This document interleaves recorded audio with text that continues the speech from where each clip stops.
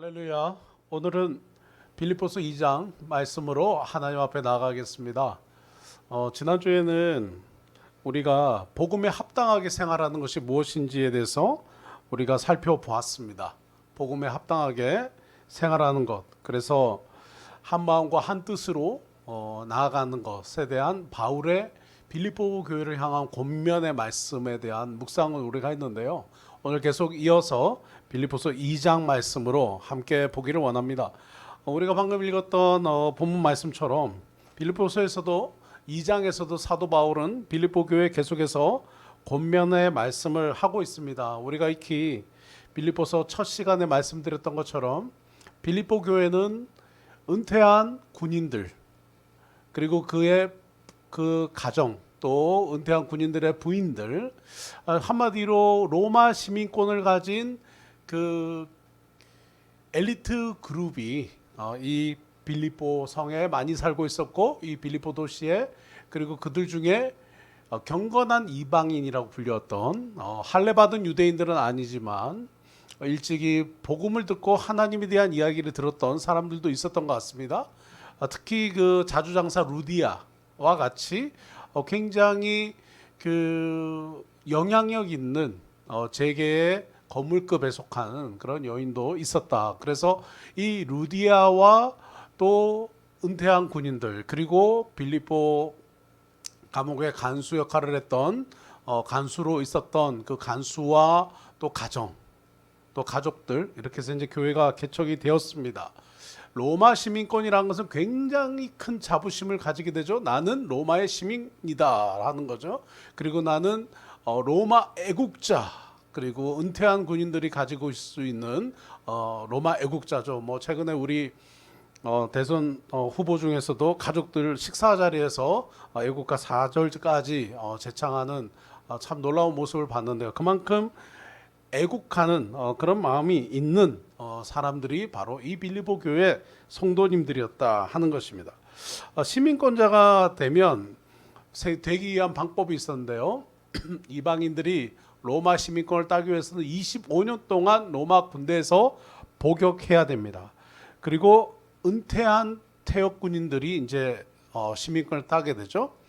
25년 후에 퇴역하면서 은퇴하면서 로마 시민권을 받는데 이 사람들이 뭐라고 불렀냐면 베테라누스라고 불렀습니다. 베테라누스. 그래서 우리 그 일반적으로 우리가 얘기하는 베테랑 뭔가 경험이 굉장히 많은 사람들을 이끌어서 베테랑이라고 할 때 이 베테랑이라고 부르는 기원이 바로 이 베테라누스 곧 이 로마의 시민권을 얻은 은퇴한 퇴역 군인들을 향해서 이렇게 불렀다 하는 얘기들 있습니다.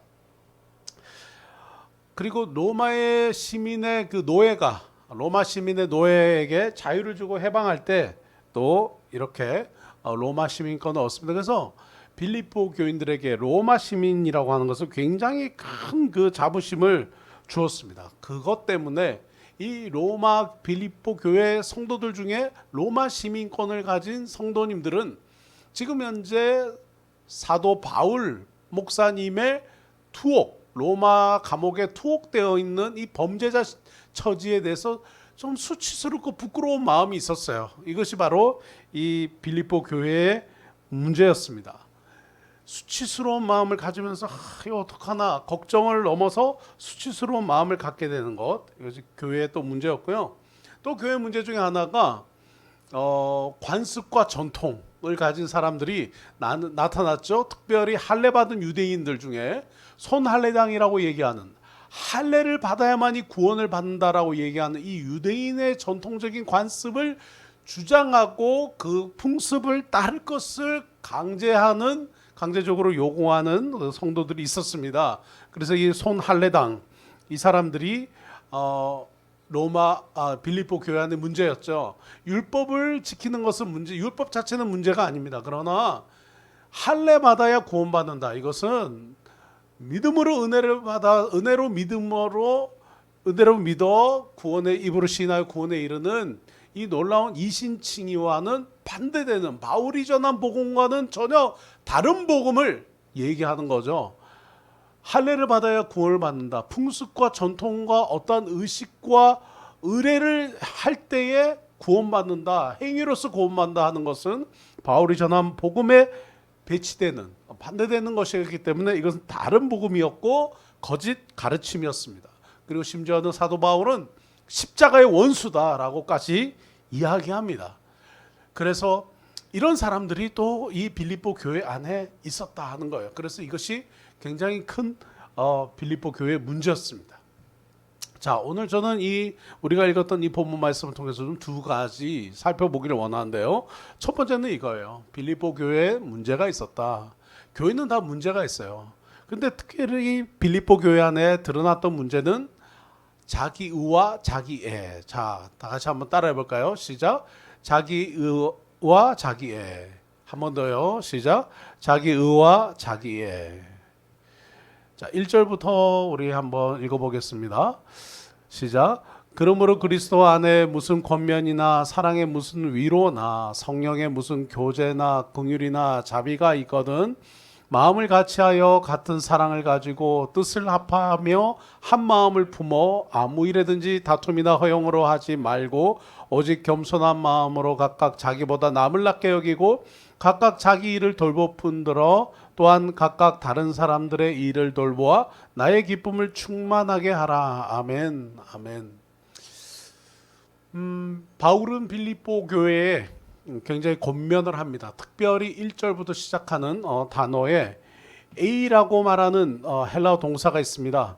이 A, 만약, 조건부죠. 만약 이러면서 얘기하는 거죠. 1절에 보니까 만약 그리스도 안에 무슨 권면이나 사랑의 무슨 위로나 성령의 무슨 교제나 긍휼이나 자비가 있거든, 만약 있거든 이 말이죠. 이 말은 뭡니까? 지금 있다는 얘기인가요? 없다는 얘기인가요? 있다는 걸 확신한다는 얘기인가요? 확신하지 못하는 건가요? 확신하지 못하는 거죠. 아직은 의심되는 상황이죠. 그러니까 없다는 거죠. 무슨 권면도 없고 이 공동체 안에는 누가 뭔가를 어렵게 할 때 성령께서 교회 안에 하셨던 거 하나님의 말씀으로 권면하는 것처럼 그리스도인들도 서로 하나님의 말씀에서 권면해야 되는데 이런 권면이 없는 거예요. 사랑의 무슨 위로, 예수님께서 교회를 사랑하신 것처럼 사도 바울이 빌립보 교인을 사랑한 것처럼 그리스도인들도 성도들도 서로가 사랑 안에 연약한 가운데 있는 형제를 이렇게 위로하는 것이 필요한데 그런 게 없다는 거죠. 성령의 무슨 교제가 있어야 되는데 상호 간의 어떤 조화, 하모니를 만드는 어떤 그런 그 영적인 교제가 있어야 되는데 그런 것이 없다는 거죠. 긍휼이나 자비, 뭔가 사랑에서 비롯된 어떤 안타까운 마음, 동정, 그리고 애정, 그리고 자비는 불쌍히 여겨. 그래서 연약한 사람이나 불행에 빠진 사람이나 어려움에 빠진 사람에 대해서 불쌍해라는 그런 마음이 이 자비인데 그런 것이 없다는 거죠. 굉장히 어려운 이야기입니다. 교회라고 한다면 이게 다 있어야 되는 거 아닌가요? 근데 안타깝게도 빌립보 교회는 이 모든 것이 없다. 좀 많이 봐줘서 좀 부족하다. 결핍됐다. 좀 단호하게 얘기해서 이런 게 없다는 거예요. 그래서 사도 바울은 이 일에 대해서 안타까운 거죠. 2절 3절 보면 마음을 같이하여 같은 사랑을 가지고 뜻을 합하며 한 마음을 품어 이렇게 얘기합니다. 같은 마음을 같이 해라. 그냥 뜻을 같이 해라. 한 마음을 품어라. 비슷한 얘기를 3번 반복하는 것이 이 당시의 강조법 중에 하나였습니다. 비슷한 단어를 3번 얘기한다는 것은 굉장히 강조하는 거예요. 마음을 같이 해라. 같은 사랑을 가지고 뜻을 합해라. 그리고 한 마음을 품어라. 이 말은 뭐냐면 바울이 빌립보 교인들의 문제를 해결하고 빌립보 교회 안에 있는 문제가 해결되고 다투고 허영을 부리는 모든 교인들이 이제 좀 하나가 되었으면 하는 이야기를 하는 거예요. 그냥 교회가 시끄럽고 싸우고 있는 거죠. 교회가 시끄러워요. 막 다퉈요. 막 이파 저파 나눠져서 다퉈요. 이 상황에 있는 이 빌립보 교회의 이 분쟁이 빨리 종식되었으면 좋겠다라고 생각하고 권면하는 사도 바울의 안타까운 얘기죠. 3절, 아무 일에든지 다툼이나 허용으로 하지 말아라. 이 말은 반대로 다툼과 허용이 여기 있는 거예요. 그냥 허용이 있는 거죠. 그냥 비슷하게 허용이 있는 거죠. 여러분, 제가 살았던 사역했던 도시 중에 하나에 보면 공단 지역이 있었어요. 그래서 공단 지역에 보통 보면 월급들이 다 비슷비슷하지 않습니까? 직장인들이. 그러면은 누가 이 차 사면 나도 이 차 사고, 누가 저 차 사면 또 따라서 저 차 사고, 뭔가 이렇게 트렌드를 따라서 물건을 이렇게 바꾸고 뭐 이런 게 있어요. 특별히 또 자녀 교육도 마찬가지로 어느 과장님 집에 아기를 무슨 뭐 이렇게 어느 학원에 보낸단다, 피아노 학원에 보낸단다 이러면 우리 집도 피아노 학원 보내야지. 태권도 학원도 보낸단다, 태권도 학원도 보내야지. 그래서 제가 아는 어떤 아이는 아침에 한 7시쯤 학교 가가지고 저녁 한 8시에 집에 왔어요. 초등학생인데. 그런 학생들도 있었어요. 그러니까 뭐 13시간을 집 밖에 나가 있는 거죠. 초등학생이. 초등학교 한 4학년인데 그냥 아침에 나가서 저녁까지. 아이들이 다 그렇게. 상상이 안 되죠. 우리가 살고 있는 곳에서는. 그런데 쉽게 말하면 그렇게 안타까운 일들이 있었던 거예요. 왜냐하면 경쟁인 거예요. 저 집에도 저렇게 아이를 저 학원을 저렇게 여러 개 보내? 우리도 저기 똑같이 경쟁이 밀릴 수 없어 보내야지. 왜? 다 이렇게 월급이 비슷비슷한 거예요. 그러니까 빌립보 교회도 퇴역한 은퇴구인들이 있으니까 그냥 다 이렇게 가진 자산들이 비슷비슷한 거예요. 그러니까 서로 이렇게 허용을 부리는 것이 많았어요. 나 이거 가졌어, 나 이거 가졌어. 교회 안에서 명품, 쉽게 오늘날에 말하면 좀 명품도 자랑하고 교회 안에 와서 뭐 이렇게 명품 옷도 자랑하고 하여튼 그런 거예요.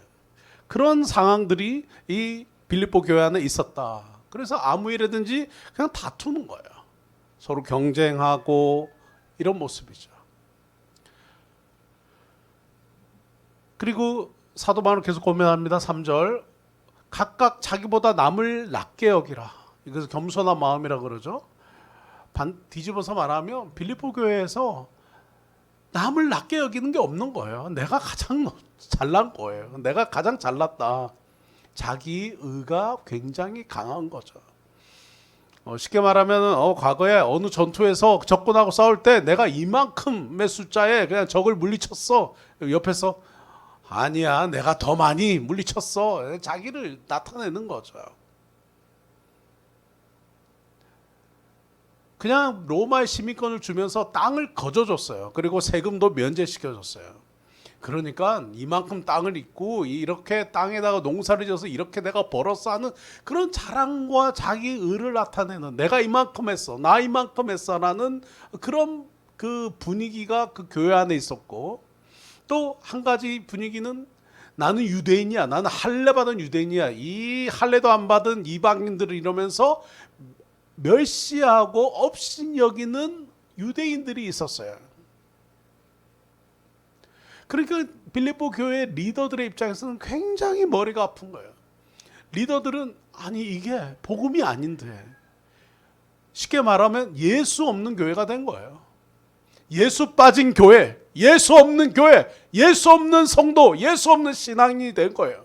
그 예수가 없는 자리에 허영과 사치와 교만과 자기를 드러내는 자기 의와 그리고 자기를 사랑하는, 내가 먼저 더 좋은 거 가져야 돼, 내가 더 많이 가져야 돼, 내가 더 가져야 돼 하는 자기 애가 들어온 거예요.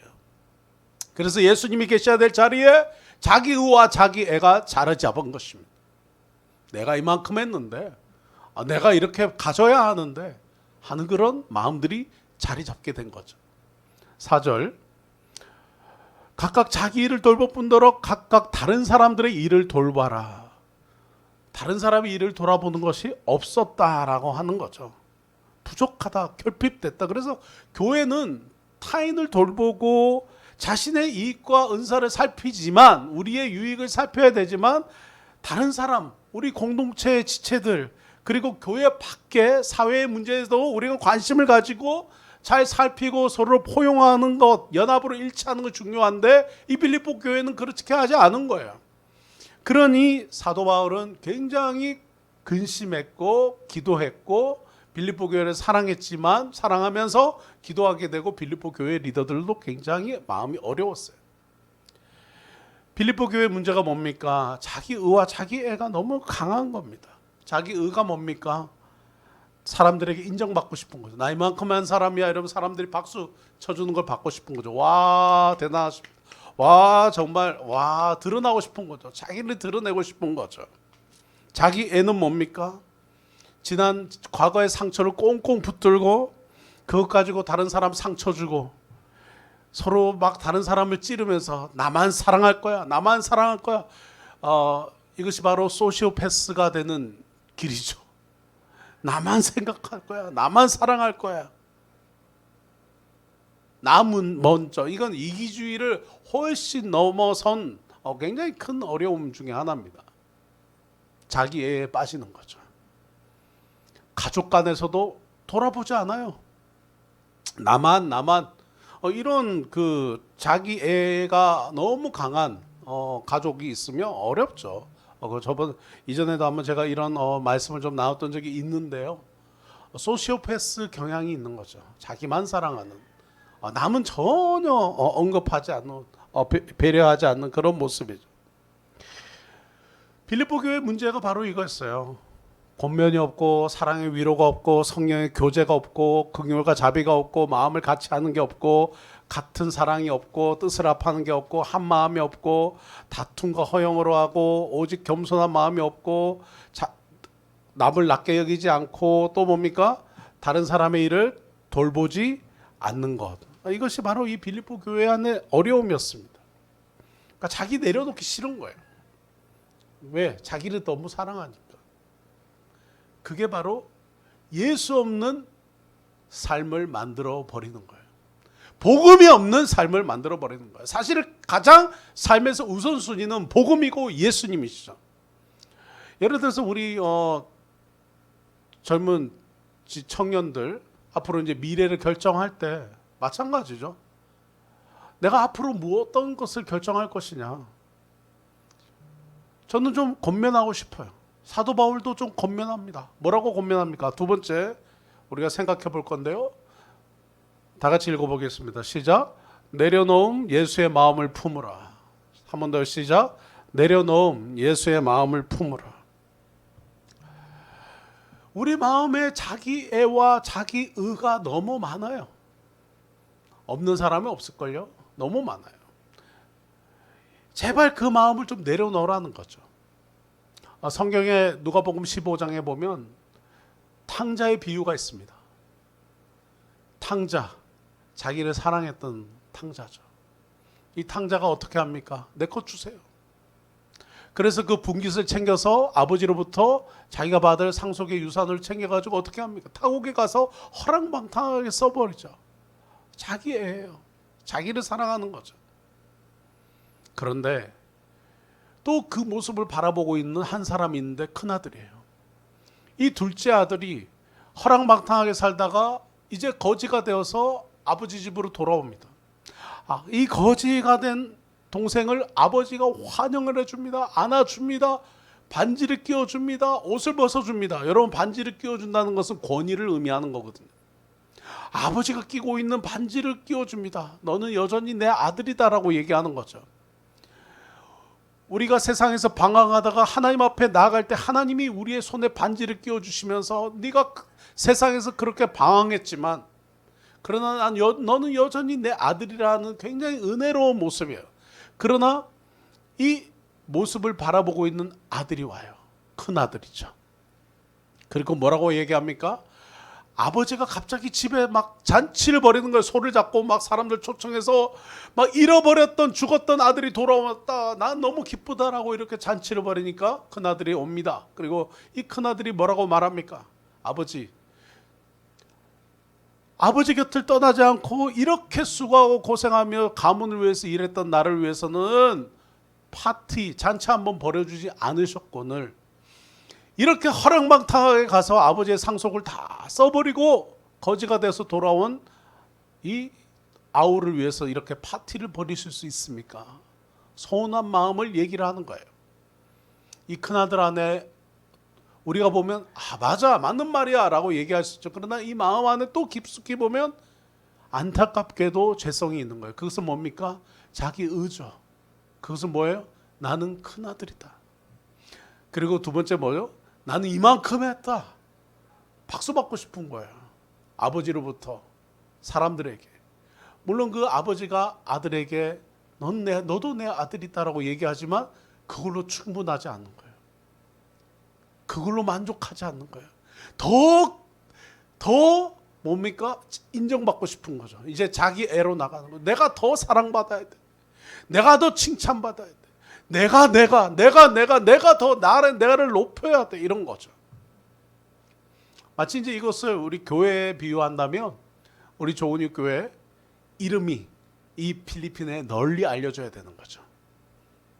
사실상 교회를 통해서 알려져야 될 이름은 누굽니까? 예수님이에요. 예수 없는 교회가 되면 예수님이 알려지지 않고 교회 이름만 내고 싶은 거예요. 목사님 이름만 내고 싶은 거예요. 그냥 내 이름만 내고 싶은 거예요. 우리 교회 안에서 어느 집사님, 어느 장로님, 어느 권사님, 그냥 어느 성도님의 이름만 내고 싶은 거예요. 이것이 바로 자기의예요. 이런 마음이 우리 안에 있는 거죠. 빌립보 교회의 성도들 안에 이 마음들이 있었어요. 이것이 바로 교회의 문제가 되는 마음들이었어요. 다투게 됩니다. 허용이 됩니다. 사실상 그리스도인이라고 한다면 가장 드러나야 될 것은 예수님만 드러나야 되는데 어떻게 돼요? 예수님의 모습이 드러나지 않고 자기 의와 자기 애가 드러나는 삶. 그게 너무 강하게 붙들고 있는 삶인 거예요. 때로는 우리가 깨닫는 거죠. 지금 내 모습, 내 마음의 갈등, 내가 괴로운 거 자기 의로 시작된 게 많아요. 내가 이만큼 했는데, 내가 이 정도인데, 내가 이 정도인데, 내가 더 많이, 이런 거죠. 그러나 우리 마음 안에 남아있는 이런 욕심들이 지금의 우리를 괴롭히는 겁니다. 힘들게 하는 것을 깨닫지 못해요. 우리 깨달아야 돼요. 내가 왜 힘든가? 내 마음이 왜 어려운가? 바로 이런 자기 의와 자기 애 때문에 그런 거예요. 목사님도 마찬가지예요. 저도 설교를 준비하면 설교를 잘해봐야지 하는 생각이 있는 거예요. 그런데 이 생각이 좋은 설교를 하는 목사님이 되고자 하는 어떤 그 도전이 되는 거죠. 좋게 말할 수 있어요. 그러나 이것이 더 나아가서 설교를 통해서 예수님의 마음이 전달돼야 되는데 설교를 통해서 설교하는 목사님이 드러나는 이 정도 설교하는 사람이 이렇게 오늘 진짜 설교 잘했어 이렇게 된다면 이것은 자기 의에 빠진 거예요. 죄성에 빠진 목사가 되는 거예요. 오늘 이 설교를 통해서 우리 성도님들이 빌립보서 말씀에 이런 게 있었구나. 관심을 가지고 빌립보서가 그동안 별로 관심이 없었던 성경책이었는데 굉장히 흥미롭구나. 이 빌립보서를 통해서 하나님의 말씀이 이런 말씀이 있었구나. 우리의 마음이 거기에 가야 되는 거죠. 사랑하는 성경책 리스트에 빌립보서가 딱 하나 더 올라가는 것. 이것이 바로 굉장히 중요한 겸손한 마음이에요. 그래서 5절 같이 읽겠습니다. 시작. 너희 안에 이 마음을 품으라 곧 그리스도 예수의 마음이니. 사도 바울은 겸손을 권면합니다. 내려놓을 것을 권면합니다. 자기 의와 자기 애 그런 모든 것을 좀 내려놔라. 우리 젊은 청년들 미래에 뭐가 되고 싶은 꿈. 그것이 무엇으로 시작됩니까? 여러분 저는 여러분에게 권합니다. 예수님으로부터 시작되는 꿈을 꾸기를 주님의 이름으로 축원합니다. 예수님으로부터 꾸십시오. 여러분의 꿈에 예수가 없다면 그 꿈은 헛된 꿈이에요. 여러분의 꿈에 예수가 있다면 그것은 가장 아름답고 의미 있는 꿈입니다. 그러나 여러분의 비전과 여러분의 꿈에 예수가 없는 꿈이라면 그 꿈에 예수가 없다면 그것은 헛된 개꿈일 뿐이에요. 이루어지지도 않고 이루어져도 불행한 거예요. 예수 없는 삶이 무엇이 축복이 있습니까? 저는 여러분의 삶이 예수님이 충만한 삶이 되기 원합니다. 오늘 바울은 이런 고백을 하는 거예요. 너희 안에 이 마음을 품으라. 곧 그리스도 예수의 마음이니. 곧 그리스도 예수의 마음이니. 예수님은 어떻게 하셨습니까? 6절 7절 시작. 그는 근본 하나님의 본체시나 하나님과 동등됨을 취할 것을 여기지 아니하시고 오히려 자기를 비워 종의 형체를 가지사 사람들과 같이 되셨고. 아멘. 그는 근본 하나님의 본체시나, 하나님의 본체시나, 하나님이시죠. 하나님이에요.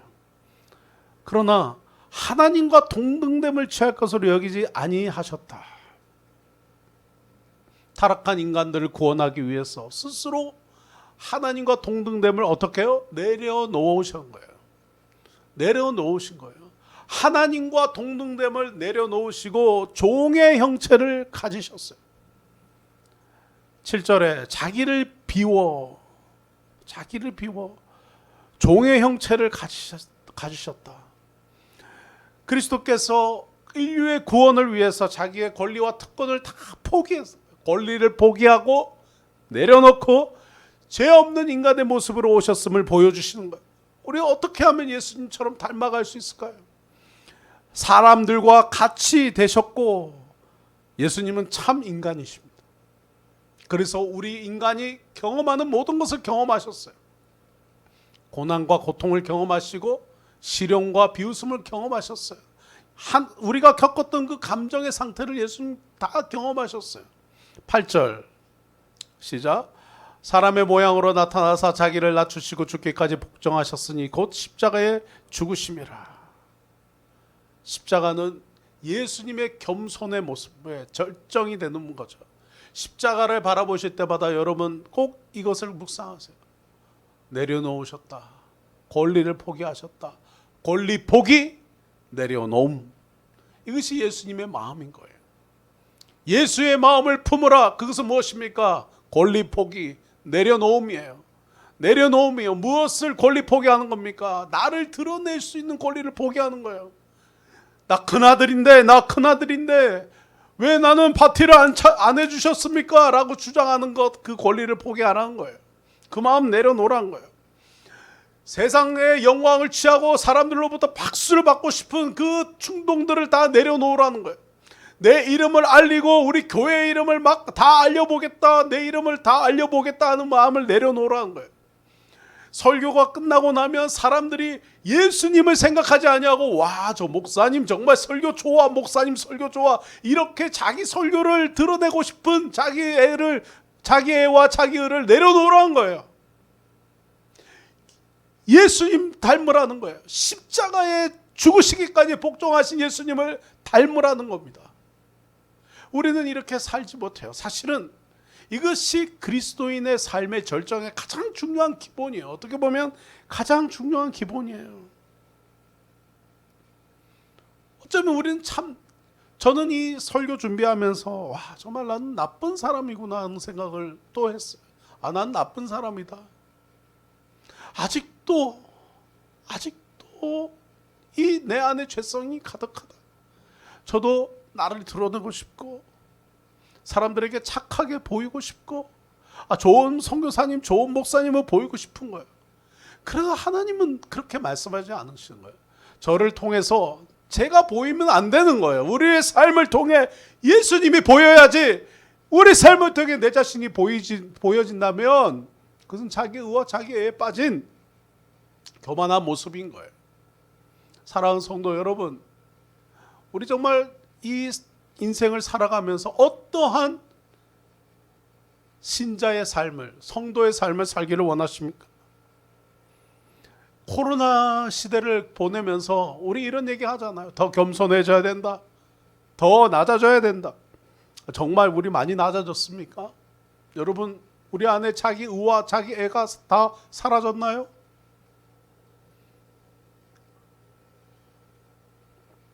성경 계속 얘기합니다. 자기를 비웠다. 종의 형체를 가지셨다. 사람들과 같이 되셨다. 이것이 바로 예수의 마음이다. 너희 안에 이 마음을 품으라. 꼭 그리스도 예수의 마음이니. 5절이죠. 다 같이 한번 읽어보실까요? 시작. 그는 근본 하나님의 본체시나 하나님과 동등됨을 취할 것을 여기지 아니함. 오히려 자기를 비워 종의 형체를 가지사 사람들과 같이 되셨고 사람의 모양으로 나타나사 자기를 낮추시고 죽기까지 복종하셨으니 곧 십자가에 죽으심이라. 아멘. 여러분, 더 내려놓으세요. 우리 안에 있는 자기 애를 더 내려놓으세요. 여러분, 자기 의를 내려놓으세요. 내가 더 많이 과거에 내가 그렇게 경쟁하면서 할 때 내가 무시당했잖아. 이제 나 무시당하지 않을 거야. 내가 더 많이 취할 거야. 더 많이 가질 거야. 하는 그런 자기 애를 내려놓으세요. 그것이 여러분 불행하게 하는 것입니다.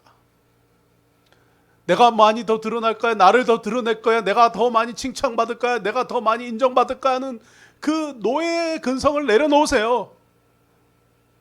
그것은 노예예요. 남에게 인정받는 것이 중요하지 않아요. 하나님께 인정받는 것이 중요합니다. 남에게도 인정받아야 되지만 그것에 묶여있는 노예가 돼서는 안 된다는 거예요. 다른 사람에게 더 많이 인정받겠다는 그 시선의 노예가 되지 마십시오. 여러분은 복음으로 자유자가 됐습니다.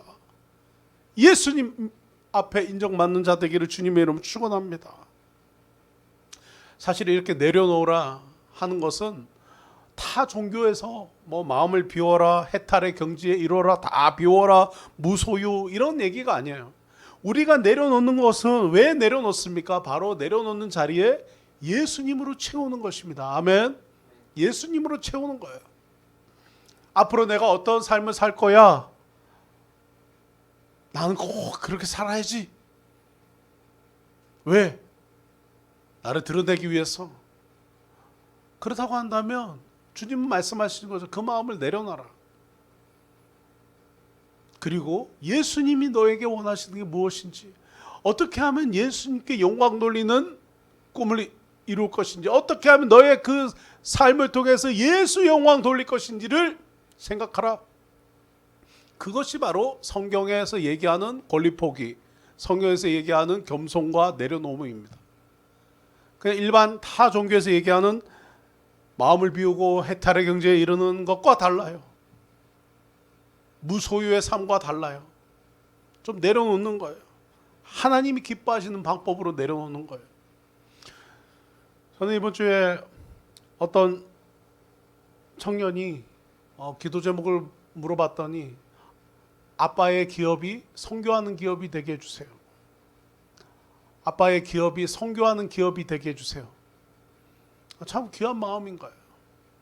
내려놓는 거죠. 우리가 기업을 하는 이유도 무엇입니까? 자기 의에 빠져서, 자기 의가 강해져서 그냥 나만 더 많이, 나만 더 챙겨야지, 나만 더 쌓아야지 하는 게 아닌 거예요.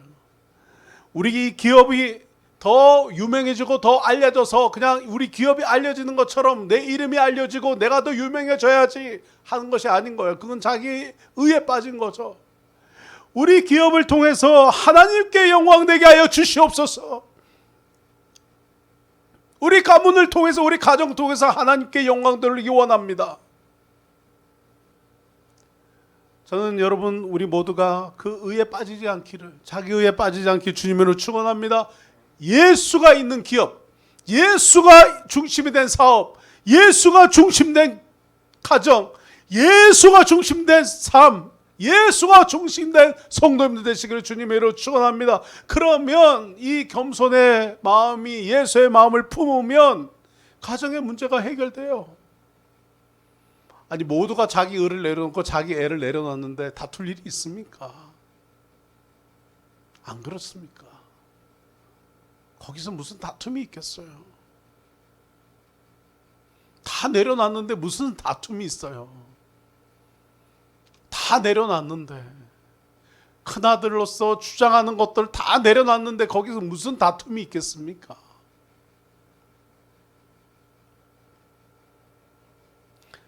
여러분, 누가복음 15장에 탕자의 비유에서 그 큰 아들에게 권면하시는 아버지의 마음, 열심히 일한 그 큰 아들은 그냥 아버지께 노예처럼 일했다고 얘기해요. 저는 아버지께 노예처럼 일했습니다. 정말 품꾼의 마음으로 내가 아버지께 일했습니다. 그랬으니 내가 품꾼의 마음으로 일한 만큼 보상해 주세요. 보상받고 싶어요. 더 아버지께 관심받고 싶어요. 이렇게 얘기했어요. 그런데 놀고 먹은 동생도, 놀고 방탕하게 살았던 동생에게도 보상을 해주는 거예요. 그러면서 큰아들의 마음속에 아버지가 얘기하는 거죠. 그 큰아들의 마음에 어떤 마음이 있었죠? 아버지가 주실 그 유산에 대한 마음이 있었던 거예요. 아버지로부터 받을 자기의 몫에 대한 재산의 마음이 있었는지 모르겠어요. 봉사에 대한 대가가 있었는지 모르겠어요. 여러분, 우리의 신앙의 문제는 인간 관계의 문제가 아니에요. 친구 관계, 동료 관계, 그리고 부모 자식 간의 그런 관계에서도 어떻습니까? 내가 이만큼 한데 내 마음 반만이라도 좀 알아줘야지. 이런 마음들이 우리 안에 많은 거예요. 티내고 막 드러내서 하지는 않지만 우리가 상대의 마음에 짐을 얹어주는 그런 행동을 하는 거죠. 막 교회에 와서 봉사할 때도 내가 이렇게 봉사하면 목사님이 내 마음 알아주겠지. 성도님들이 내 마음 알아주겠지. 나중에 뭐 임직자 투표하는 날 나에게 표를 찍어주겠지. 내가 하는 봉사의 이유가 뭔가 다른 의도로 사람들이 내 마음 알아주겠지. 내가 이렇게 했는데, 내가 이 정도 기여했는데 내 기여를 알아주겠지. 참 슬픈 일이에요. 여러분, 우리는 어떻게 하면 자기 의와 자기 애를 좀 내려놓을 수 있을까요? 결국 탕자의 아버지는 큰아들이 그렇게 이 일을 능력 있게 한 것에 대해서 칭찬하지 않아요. 마음의 문제에 대해서 이야기하는 거예요. 그 봉사의, 그 수고의 동기가 아버지를 사랑하는 마음으로, 가족을 사랑하는 마음으로 하기를 원하는 거예요.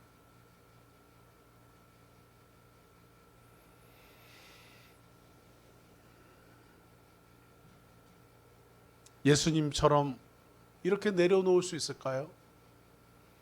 하나님이시면서 인간의 모습으로, 하나님이시면서 자기의 권리를 주장하지 아니하고 인간의 모습이 되시고 심지어 종의 형체를 가지셨다.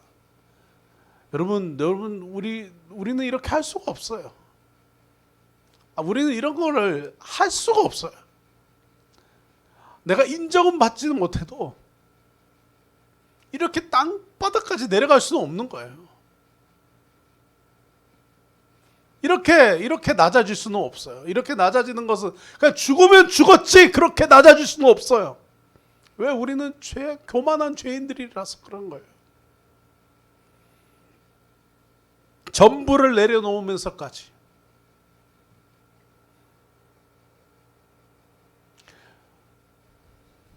저도 한국에 있을 때 참 자기 의에 많이 빠졌던 것 같아요. 지금도 그래요. 그러나 한국에 있을 땐 더 많이 그렇게 자기 의에 빠졌던 것 같아요. 저는 한국에 있을 때 브랜드 옷 아니면 안 입었던 것 같아요. 다 그냥 좋은 옷만 입었어요. 근데 제가 선교지 와서 이제 제가 하나님께서 어느 날 가라, 선교지로 가라, 선교사가 되라 그렇게 말씀하시는데 제 생각으로는 가질 수 없는 마음과 생각인 거예요. 왜냐하면 저는 자기 의가 강한데, 자기 애가 강한데 어떻게 나를 버리고 선교지로 가겠습니까? 선교지에 더 유익한 것이 확정되어 있어야, 선교지는 어디든 확정되어 있어야 가지, 확정도 안 된 곳에, 확인도 안 된 곳에 어떻게 가겠습니까? 그런데 거부할 수 없는 부르심이었어요. 제가 가족들과 함께 왔죠. 후원하시는 분들이 없었죠. 저희가 갖고 간 재정들로 생활하기 시작하고 사육비도 저희가 가지고 간 재정으로 다 쓰기 시작했어요. 하나님께서 인도하시는 피플 그룹을 만나면 그 사람들을 하나님 인도하신 거라고 생각하고 살아야지 했어요. 사역해야지. 제가 만난 사람들은 온도이 태풍 때 집을 잃었던 마리끼나의 노숙자들이었어요. 다리 밑에서 한 800여 분 생활하셨어요. 지금 이제 묘지마을과 같죠. 제가 거기서 사역하는데 제 모습이 TV에 나가게 된 계기가 바로 제가 다리 밑에 노숙자들 사역하면서 TV에 출연하게 됐어요. 기독교 TV에 그때 출연하게 된 거예요. 저는 그렇게 생각해요. 제가 한국에 살았으면 TV에 출연했을까? TV에 막 출연하고자 막 노력할 수는 있겠지만 TV에 출연하는 계기가 됐을까? 아니죠. 하나님께서 이 땅에 어려운 하나님의 마음을 아프게 하는 안타까운 이 땅의 가난한 빈민들의 모습이 우리가 사역하는 그 사역의 현장을 통해서 기독교 TV에 방송됨으로써 한국에 있는 사람들이 저렇게 어려운 사람들이 있구나, 저렇게 가난한 빈민들이 있구나 알려지게 된 거죠. 제가 또 TV에 출연하게 된 것도 묘지마을이었어요. 묘지마을에 노숙자 교회, 묘지마을 교회가 TV에 나가게 되면서 또 두 번째 출연하게 되고 또 연이어 계속 그 이후에 TV에 이렇게 방송이 되게 되는 계기가 된 것은 바로 제가 이 땅의 노숙자들과 함께 했던 그 일이 계기가 된 거죠. 사람들이 제가 TV에 나가니까 와, 이제 성경 이제 다 됐다, 이제 다 됐네요, 이제 TV에도 나가고 유명하게 됐네, 알려졌네. 글쎄요. 하나님께서 의도하신 거죠. 하나님의 뜻이 있어서 알리신 거예요. 그 일을 위해서 한국에 사는 저희를 부르셔서 이 땅에 오게 하신 거예요. 하나님은 이미 유명하신 분이에요. 순종하는 사람들을 통해서 자기의 의와 자기의 애를 완벽하게는 아니지만 그래도 좀 내려놓고 순종하기를 하나님은 원하시는 거예요. 그러니까 순종하면 하나님께서 그 순종을 통해서 일하기 원하시는 게 있는 거예요. 하나님께서 역사하고 싶은 게 있는 거예요. 하나님이 지금 하고 싶은 게 있는 거예요. 순종하는 사람과 함께 하고 싶은 그 일, 내려놓는 사람들을 통해서 하고 싶은 거예요. 찬양, 이런 찬양이 있습니다. 갈라디아서 2장 20절 말씀인데요. 내가 그리스도와 함께 십자가에 못 박혔나니 그런즉 이제 내가 산 것 아니요 오직 내 안에 예수께서 사신 것이라. 한번 같이 찬양해 볼까요? 내가 그리스도와 함께 십자가에 못 박혔나니 그런즉 이제 내가 산 건 아니요 오직 내 안에 예수께서 사신 것이라. 이제 내가 육체 가운데 사는 것은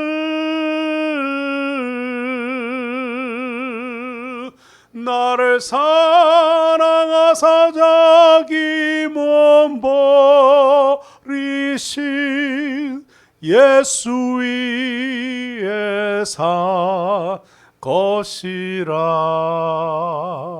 아멘, 아멘, 할렐루야, 아멘. 9절, 10절 같이 읽겠습니다. 시작. 이러므로 하나님이 그를 지극히 높여 모든 이름 위에 뛰어난 이름을 주사 하늘에 있는 자들과 땅에 있는 자들과 땅 아래에 있는 자들로 모든 무릎을 예수의 이름에 꿇게 하시고 모든 입으로 예수 그리스도를 주라 시인하여 하나님 아버지께 영광을 돌리게 하셨느니라. 계속 그러므로 나의 사랑하는 자들아 내가 나 있을 때뿐 아니라 더욱 지금 나 없을 때에도 항상 복종하여 두렵고 떨림으로 너희 구원을 이루라. 너희 안에서 행하시는 이는 하나님이시니 자기의 기쁘신 뜻을 위하여 너희에게 소원을 두고 행하게 하시나니. 아멘. 하나님은 하나님의 일에 있어서 너희 소원을 두고 자기의 기쁘신 뜻을 이루신다. 하나님은 우리를 로봇처럼 부르지는 않으셨어요. 강제적인 수단으로 하시지 않습니다. 하나님의 개입은 뭡니까? 그 마음에 그리스도인의 인격을 손상시키지 아니하시고 우리 마음속에 소원을 주시는 거예요. 비록 온전히 이해하지 못하는 소원이라 할지라도 그 마음의 소원을 주시면서 그것으로 하나님께서 기쁘신 뜻을 이루신다는 거예요. 그래서 우리의 결심과 소원은 굉장히 중요합니다. 하나님께서 주시는 그 마음. 저 같으면 선교사가 되라. 여러분 오늘 어떤 마음의 소원을 주님이 주십니까? 사실 우리는 자기의와 자기의가 강해서 내가 하고 싶은 것만 하고 싶지 내가 하고 싶지 않은 것을 하지는 않아요. 그러나 때로는 우리의 마음의 소원이 내가 하고 싶지 않은데 내 스타일이 아닌데 하나님이 우리의 마음의 소원을 주실 때가 있어요. 대가 없이 안 하죠. 우리는 대가 없으면 절대로 하지 않아요. 그런데 하나님이 대가 없는 것도 하게 하실 때가 있어요. 때로는 어리석어 보이는 행동과 결심을 하게 하실 때가 있어요. 우리의 마음의 소원을 주셔서 자기의 뜻을 이루시는 하나님. 여러분 자기 의와 자기 애를 내려놓으면 하나님의 뜻을 이룰 수 있습니다. 거창고등학교 유명하죠? 거창고등학교 아주 유명한 학교입니다. 많은 인재들을 배출하는 학교인데 참 저도 참 이 학교의 이 직업선택 10교명 보면서 큰 감동이 있었는데요. 자, 1부터 5번까지 한번 읽어보겠습니다. 시작. 월급이 적은 쪽을 택하라. 2번 내가 원하는 곳이 아니라 나를 필요로 하는 곳을 택하라. 3번 승진의 기회가 거의 없는 곳을 택하라. 4번 모든 조건이 갖추어진 곳을 피하고 처음부터 시작해야 하는 황무지를 택하라. 5번 앞을 다투어 모여드는 곳은 절대 가지 마라. 아무도 가지 않는 곳으로 가라. 자기 의와 자기 애가 있으면 이렇게 선택할 수가 없어요. 6절 6번째부터 마지막까지요. 시작. 장래성이 전혀 없다고 생각하는 곳으로 가라. 사회적 존경 같은 것을 바라볼 수 없는 곳으로 가라. 한가운데가 아니라 가장자리로 가라. 부모나 아내가 약혼자가 결사 반대하는 곳이면 틀림없다. 의심치 말고 가라. 왕관이 아니라 단두대가 기다리고 있는 곳으로 가라. 여러분 예수님께서 십자가를 지셨던 것을 기억하십시오. 우리도 어떻게 하면 예수님처럼 살 수 있을까요? 예수님 닮아가기를 주님으로 축원합니다. 사도 바울은 우리에게 권면합니다. 내려놓은 예수의 이 마음을 품어라. 갈라디아서 2장 20절입니다. 내가 그리스도와 함께 십자가에 못 박혔나니 그런즉 이제는 내가 사는 것이 아니요 오직 내 안에 그리스도께서 사시는 것이라. 이제 내가 육체 가운데 사는 것은 나를 사랑하사 나를 위하여 자기 자신을 버리신 하나님의 아들을 믿는 믿음 안에서 사는 것이라. 아멘.